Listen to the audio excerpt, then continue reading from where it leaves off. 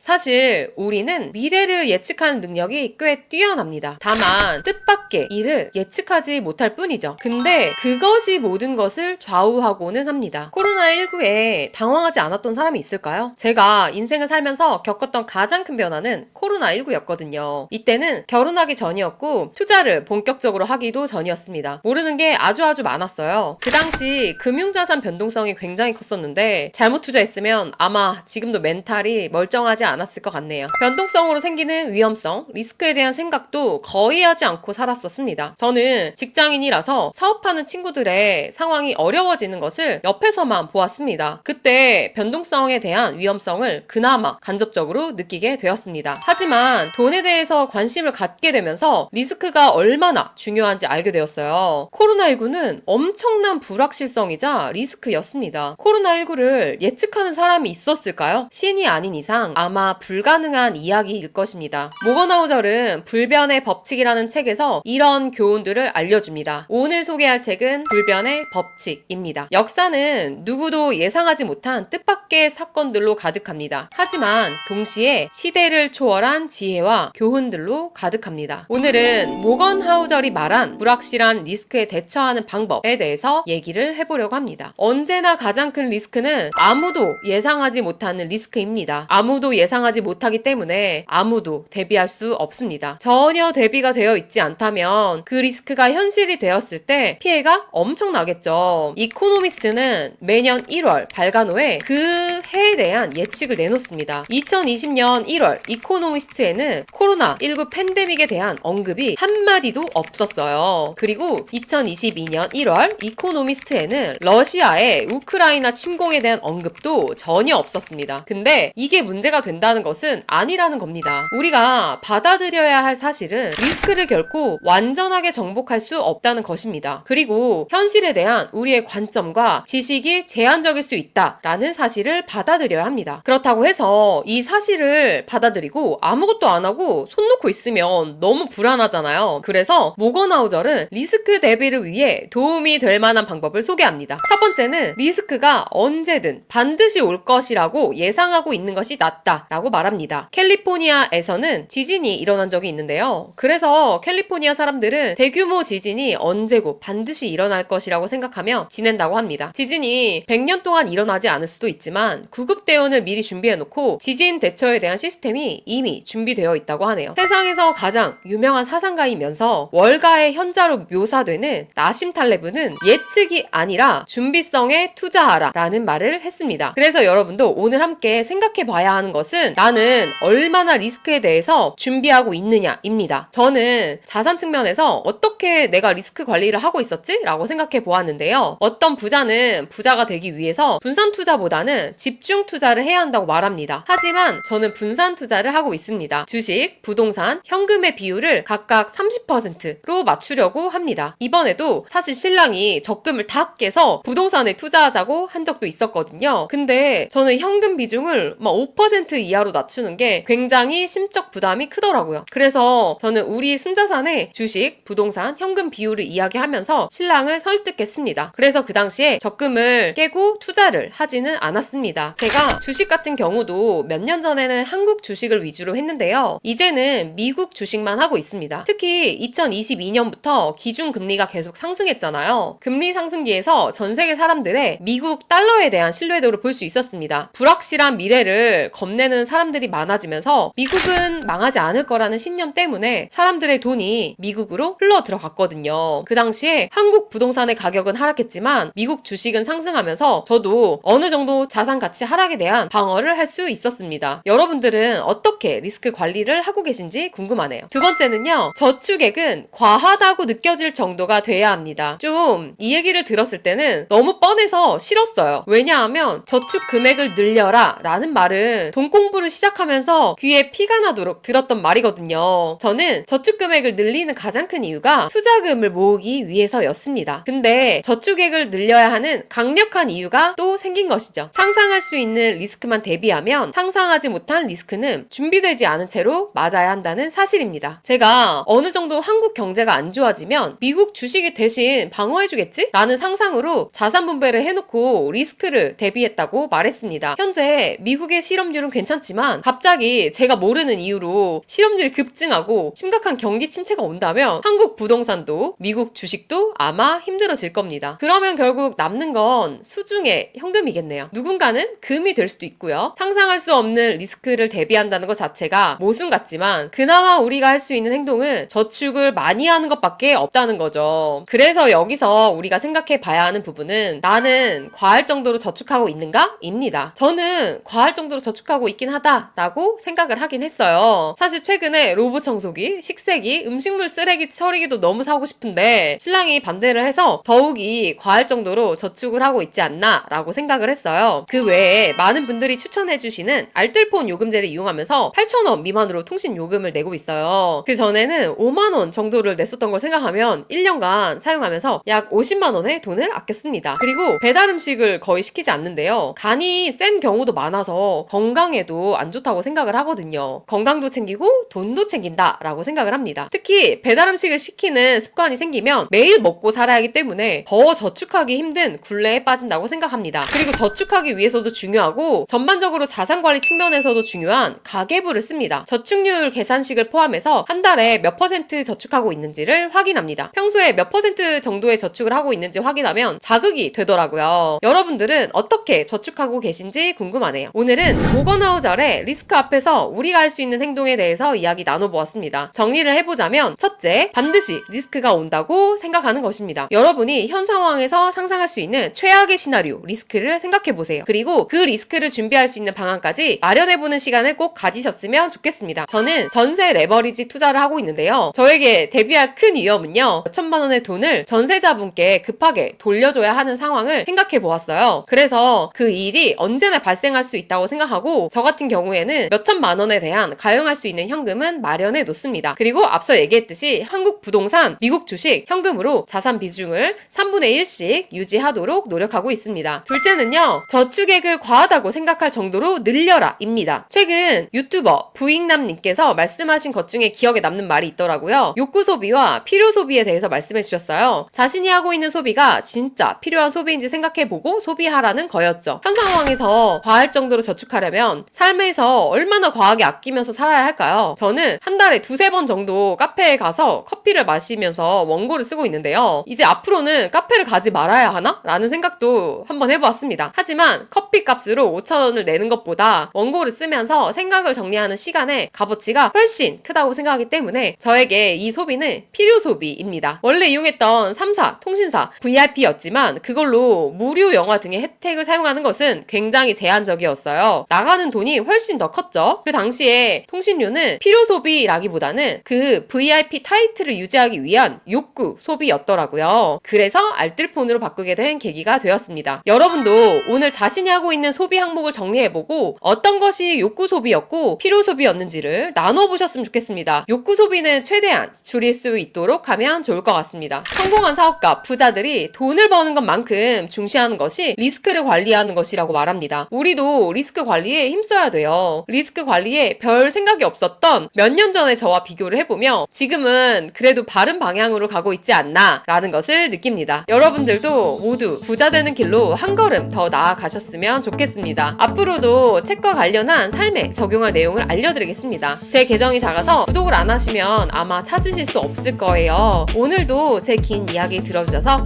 감사합니다.